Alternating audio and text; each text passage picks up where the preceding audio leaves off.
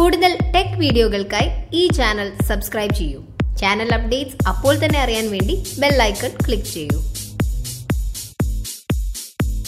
Hi all, welcome to tech Malayalam. Tech മലയാളത്തിൽ ഇന്ന് ഞങ്ങൾ വന്നിട്ടുള്ളത് ഫോൺ വെള്ളത്തിൽ വീണാൽ എന്തൊക്കെ ചെയ്യണം, എന്തൊക്കെ ചെയ്യരുത് എന്നുള്ള കാര്യം പറഞ്ഞുതരാൻ വേണ്ടിയിട്ടാണ്. ഇപ്പോൾ ജൂൺ ജൂലൈ വരികയാണ്, മഴക്കാലം തുടങ്ങാൻ വേണ്ടി പോവാണ്. ഇപ്പോൾ ഇടയ്ക്കിടയ്ക്ക് അവിടെ ഇവിടെയായിട്ട് മഴ ചില ദിവസങ്ങളിൽ പെയ്യുന്നുണ്ട്. പല ആൾക്കാരുടെയും കയ്യിൽ മഴ നനഞ്ഞിട്ട് ഫോണിൽ വെള്ളം കയറുന്നുണ്ട്, അല്ലാണ്ട് ബക്കറ്റിലോ ടോയ്ലറ്റിലോ അല്ലെങ്കിൽ അങ്ങനെ പല വെള്ളത്തിലും വീണിട്ട് ഫോണിന് പണി കിട്ടുന്നവരുണ്ട്. അപ്പോൾ വെള്ളം ഫോണിലായാൽ അല്ലെങ്കിൽ വാട്ടർ പ്രൂഫ് അല്ലാത്ത ഒരു ഫോൺ വെള്ളത്തിൽ വീണാൽ എന്തൊക്കെ ചെയ്യണം എന്നുള്ളതാണ് പറയാൻ പോണത്. എത്ര സമയം ഫോൺ വെള്ളത്തിൽ മുങ്ങിക്കിടക്കുന്നോ അതിനനുസരിച്ച് നിങ്ങൾക്ക് ഫോൺ റിക്കവർ ചെയ്യാനും നന്നാക്കി എടുക്കാനും പാടായിരിക്കും. അപ്പം വീണ ഉടനെ തന്നെ എടുക്കുകയാണ് വേണ്ടത്. അതിനുശേഷം എന്തൊക്കെ ചെയ്യണമെന്ന് നമുക്ക് നോക്കാം. അപ്പോൾ വീണ്ടും ഓർമ്മിപ്പിക്കുന്നു, വാട്ടർ പ്രൂഫ് ഫോൺ ഉണ്ട്, വാട്ടർ സീൽഡ്, അങ്ങനത്തെ കുറേ സംഭവങ്ങളുണ്ട്. എനിവേസ് അങ്ങനെ അല്ലാത്ത ഫോൺസ് ആണെങ്കിലും ഈ ഒരു കാറ്റഗറിയിൽ പെടുന്നുണ്ടെങ്കിൽ തീർച്ചയായിട്ടും നിങ്ങളുടെ ഫോൺ വെള്ളത്തിൽ വീണാൽ ചെയ്യാവുന്ന കാര്യങ്ങളാണ് പറയുന്നത്. ഫസ്റ്റ്, ചെയ്യാൻ പാടില്ലാത്ത കാര്യം. സാധാരണഗതിയിൽ നമ്മുടെ ഫോൺ വെള്ളത്തിൽ വീണാൽ ആദ്യം നമ്മൾ എടുക്കും, ഒന്ന് കുടയും, എന്നിട്ട് ഊതും, പറ്റുകയാണെങ്കിൽ എല്ലാ പാർട്സും വേറെ ആക്കും, ബാറ്ററി പിന്നെ ഇടും. ചില ആൾക്കാർ വിഡിത്തത്തിൻ്റെ പുറത്ത് ഒന്ന് ചാർജ് ചെയ്ത് നോക്കും ഫോൺ സ്വിച്ച് ഓഫ് ആയിട്ടുണ്ടെങ്കിൽ.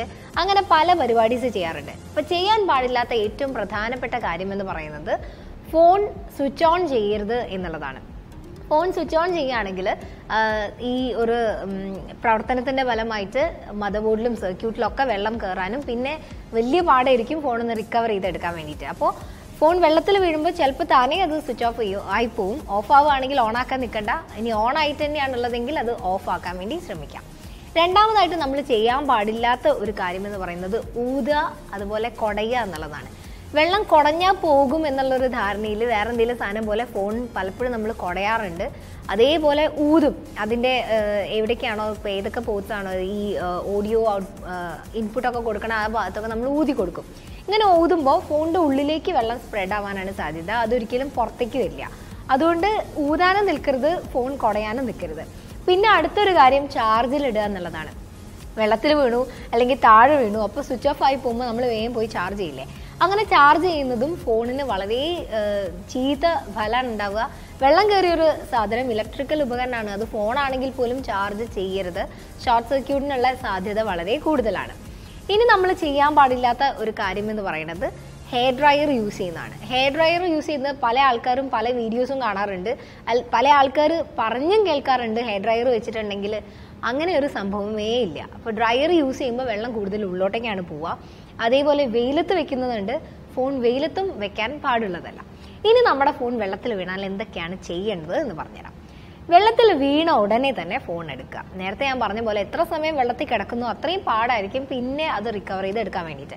സോ പെട്ടെന്ന് തന്നെ ഫോൺ എടുക്കുക. ഇനി കായലിലോ കുളത്തിലോ കിണറിലോ ഒക്കെയാണ് വീഴുന്നതെങ്കിൽ ഫോണിൽ ഇമ്പോർട്ടൻറ്റ് ഡാറ്റ ഉണ്ടെന്ന് പറഞ്ഞിട്ട് എടുത്ത് ചാടരുത്. സിമ്മൊക്കെ നമുക്ക് വേറെ ചെയ്യാം, അത് അങ്ങനെ തന്നെ പോട്ടെ എന്ന് വിചാരിക്കാം. ഓക്കെ, എടുത്തതിന് ശേഷം ഇപ്പോൾ പണ്ട് ഒരു സമയം വരെ ഫോണിൻ്റെ എല്ലാ പാർട്സും നമുക്ക് തന്നെ എടുക്കാനും തിരിച്ചു വെക്കാനും ഒക്കെ സാധിക്കുന്ന ഒരു രീതിയിലായിരുന്നു. പക്ഷേ ഇപ്പോൾ ഒരു സീൽഡ് ആയിട്ടാണ് അല്ലെങ്കിൽ യൂണിബോഡി ആയിട്ടാണ് ഫോൺ വരുന്നത്. അപ്പോൾ നമുക്ക് കൂടുതൽ അതിനെ എടുത്ത് മാറ്റാനും തിരിച്ച് ഫിക്സ് ചെയ്യാനൊന്നും പറ്റില്ല. അത് ബാറ്ററി പോലും അതിൽ അറ്റാച്ച്ഡ് ആണ്, നമുക്ക് കാണാൻ വേണ്ടി സാധിക്കില്ല. അപ്പോൾ നമ്മൾ ഫോൺ എടുത്തതിന് ശേഷം ചെയ്യേണ്ടത് ഏതൊക്കെ പാർട്സ് നമുക്ക് അന്ന് ഊരി മാറ്റാൻ പറ്റുമോ അത്രയും പാർട്സ് ഊരി മാറ്റാൻ വേണ്ടി ശ്രമിക്കുക. നിങ്ങൾ അത്ര എക്സ്പേർട്സ് ഒന്നും അല്ലെങ്കിൽ അതിലെ സ്ക്രൂ ഒന്നും ഊരിയിട്ട് ഉള്ളിലുള്ള സാധനം മദർ ബോർഡ് ഒന്നും മാറ്റിയെടുക്കേണ്ട ആവശ്യമില്ല. പക്ഷേ നമുക്ക് കൈകൊണ്ട് മാറ്റാൻ പറ്റുന്ന എന്തൊക്കെയാണോ അതിൽ മെമ്മറി കാർഡ് ഉണ്ടെങ്കിൽ memory card, SIM card, battery തുടങ്ങിയിട്ടുള്ള എല്ലാ സാധനങ്ങളും റിമൂവ് ചെയ്യാം. റിമൂവ് ചെയ്തതിന് ശേഷം നല്ലൊരു ടവലിൽ, ടിഷ്യൂ പേപ്പറിൽ, ടോയ്ലറ്റ് പേപ്പറിൽ നന്നായിട്ട് വൃത്തിയിൽ തുടയ്ക്കുക. എന്നിട്ട് നമ്മൾ ചെയ്യേണ്ടത് ബാറ്ററി ഫോണിലിടരുത്, ചാർജ് ചെയ്യാൻ നിൽക്കരുത്. തുടയ്ക്കുന്നതിനനുസരിച്ച് അതിൽ നമുക്ക് മാക്സിമം വെള്ളം ഇങ്ങോട്ടേക്ക് പോരും, പുറത്തുള്ള ഭാഗത്തൊക്കെ കിട്ടും. എങ്കിലും നമുക്ക് ടവൽ കൊണ്ടോ ടിഷ്യൂനെ കൊണ്ടോ എത്താൻ പറ്റാത്ത കുറച്ച് ഉള്ളിലുള്ള ഭാഗങ്ങളുണ്ട്. ഊതൊന്നും ചെയ്യാതെ വാക്വം ക്ലീനർ ഉണ്ടെങ്കിൽ നിങ്ങൾക്ക് വാക്വം ക്ലീനർ യൂസ് ചെയ്തിട്ട് ഒന്ന് ഫോൺ കുറേ ഉപദ്രവിക്കേണ്ട, ഒന്ന് ജസ്റ്റ് അതിലെ വെള്ളം ഡ്രൈ ഔട്ട് ചെയ്യാൻ വേണ്ടിയിട്ട്, വലിച്ചെടുക്കാൻ വേണ്ടിയിട്ട് വാക്വം ക്ലീനർ യൂസ് ചെയ്യാൻ സാധിക്കും. പിന്നെ ചെയ്യേണ്ടത്, നമ്മളെല്ലാ പാർട്സും വേറെ വേറെയാണ് വെച്ചിട്ടുള്ളത്. അരി യൂസ് ചെയ്തിട്ട് നമുക്ക് ഇതിലെ വെള്ളം കംപ്ലീറ്റ് ആയിട്ട് ഡ്രൈ ഔട്ട് ചെയ്യാൻ വേണ്ടിയിട്ട് സാധിക്കും. ഇപ്പോൾ ഒരു കണ്ടെയ്നറിൽ, അതിപ്പോൾ പ്ലാസ്റ്റിക് കവറിൽ നല്ല, ഇപ്പം നമ്മൾ എങ്ങനെ പറയാം,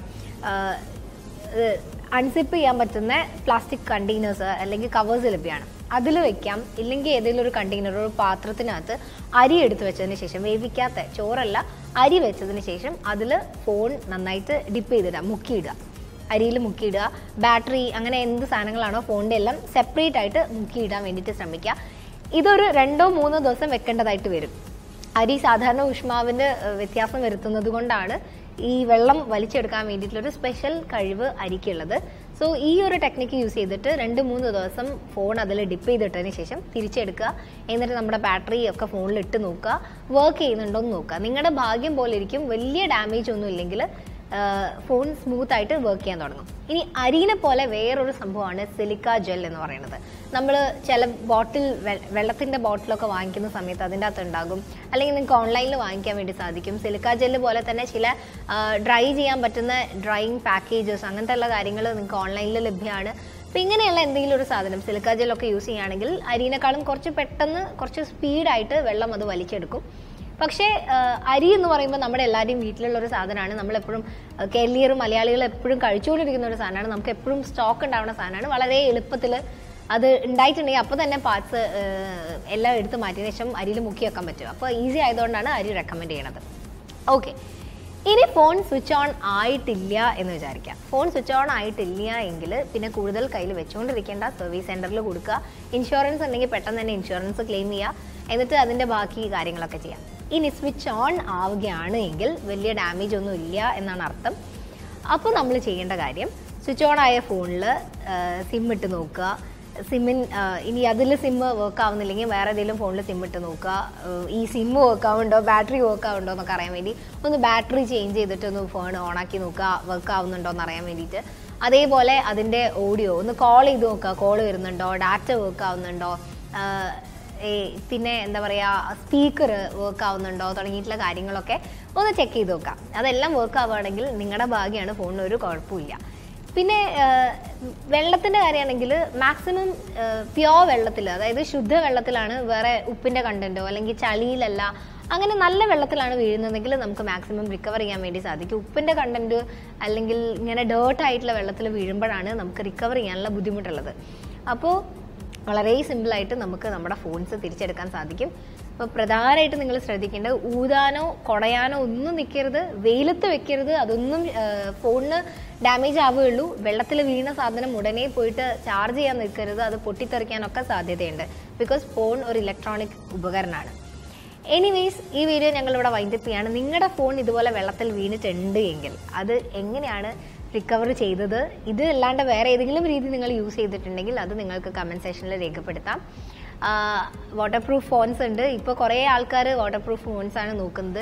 ഇനിയിപ്പോൾ സർവീസ് സെൻറ്ററിലൊക്കെ വർക്ക് ചെയ്യുന്നവരുടെ ശ്രദ്ധിക്കുക. അല്ലെങ്കിൽ നിങ്ങളുടെ ഫ്രണ്ട്സിൻ്റെ ഫോൺ വെള്ളത്തിൽ വീണു എന്ന് പറഞ്ഞ് കൊണ്ടുതരാണെങ്കിൽ സാധാ കാണുന്നതാണ് നമ്മൾ ഇങ്ങനെ തിരിച്ച് വലിച്ചെടുക്കുന്നത്. അപ്പോൾ ഏത് വെള്ളത്തിലാണ് വീണതെന്ന് നമുക്കറിയാത്തത് കൊണ്ട് അങ്ങനത്തെ സാഹസത്തിന് മുതിരാതിരിക്കുക. എനിവേസ്, മറ്റൊരു വീഡിയോയിൽ നമുക്ക് അടുത്ത ദിവസം കാണാം. അതുവരെ ബൈ.